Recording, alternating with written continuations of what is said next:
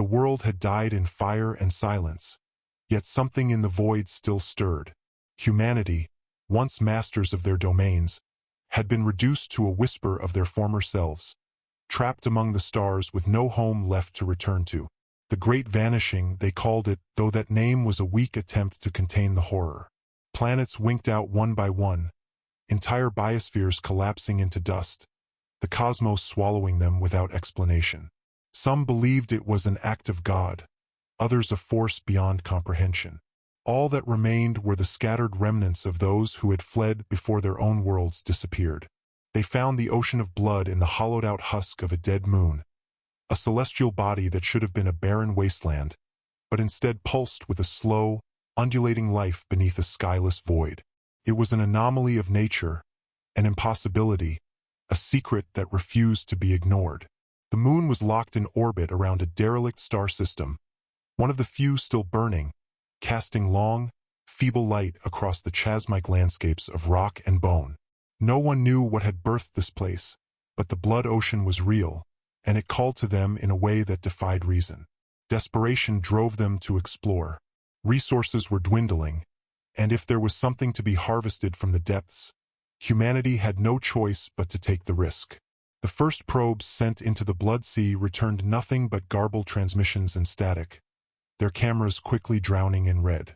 But one message did slip through the noise, a distorted image of something vast moving just beneath the surface.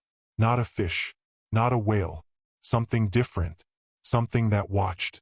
They built the iron lung in response, a rusted, coffin-like machine designed to endure the crushing pressures of the abyss. The submarine was a testament to desperation, a patchwork vessel forged from whatever scraps could be salvaged from abandoned space stations and derelict colonies. It was barely functional, its systems archaic and crude, its navigation reliant on a rudimentary map and grainy monitors that flickered in and out of existence. There were no windows, no escape hatches, only steel, the cold hum of machinery, and the abyss waiting outside. The pilot was chosen from a list of the expendable. Prisoners, the destitute, those who had already been marked for death. One such soul was tasked with the descent, locked inside the iron lung and sealed away from the world above. There was no communication once submerged, only the slow ticking of instruments and the distant groan of the hull as it descended. The blood was thick, denser than water, suffocating the vessel in a silence that was almost sentient. The deeper they went, the more the ocean pressed in, as though it knew the intruder had come. The pilot relied on crude sonar, its echoes revealing jagged formations of bone rising from the depths, massive structures that looked too deliberate to be natural. The ocean floor was a graveyard, the skeletal remains of things far larger than anything humanity had ever known.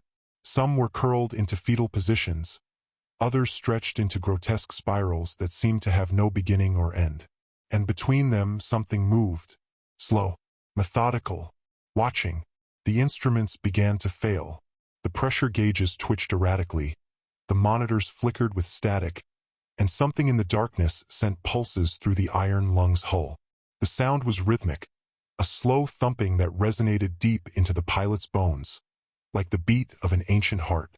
And then the screaming began, not from the pilot, but from the speakers, bursts of distorted transmissions filled with voices that should not exist. Some were frantic, others were whispers, but all of them spoke of the same thing. Go deeper. The pilot had no choice. The ocean pulled them further into its depths, the submarine creaking under the strain, the blood outside thickening as if congealing around the vessel. The sonar no longer registered the ocean floor, only an endless void beneath. There was no up, no down, only the crushing embrace of something older than time. And in the flickering light of the dying monitors, the pilot finally saw it. It was not a creature, not in any way the human mind could comprehend. It was an absence, a distortion in the fabric of reality itself, a writhing mass that shifted and pulsed with each beat of the ocean's heart. Eyes, too many to count, opened in the void, each one reflecting something different, some distant memory stolen from the pilot's mind. They saw their home, their family, the sky of a planet that no longer existed. And then the eyes turned black, and the memories shattered. The iron lung trembled. The hull groaned as something vast wrapped around it, tendrils of bone and sinew tightening with the slowness of inevitability. The pilot screamed, but there was no one to hear. The instruments failed entirely, the monitors went dark, and in that final moment before the crushing void took them, they understood. The great vanishing had not been an accident. It had not been a natural catastrophe. It had been feeding. The iron lung was found decades later, rusted and broken, barely intact on the edge of a dying star system. The hatch was still sealed, the controls frozen in place. When they pried it open, they found nothing inside. No body, no remains, only the lingering stench of iron and something else, something that should not have existed in that space. The logs were corrupted, filled with garbled messages and fragmented images of things that should not be. And in the final entry, scrawled in a shaking hand on the metal walls, were 3 words: "We are next." The recovery team sealed the iron lung back shut, abandoning it in the darkness once more. Some secrets were meant to be left alone, but as they departed the system, a final transmission pulsed through their ship's receivers. A single rhythmic thump, the beat of an ancient heart, still waiting, still hungry. Not long after, the blood ocean stirred again.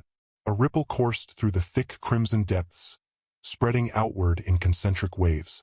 From the abyssal trench, something began to rise.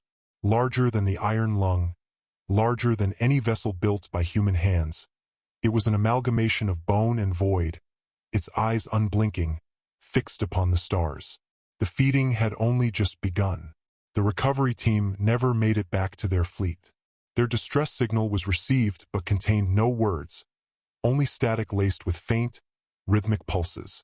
When a second team was sent to investigate, they found nothing but empty wreckage drifting in the void. Their ship split open as though something immense had torn through it. The blood ocean was silent once more.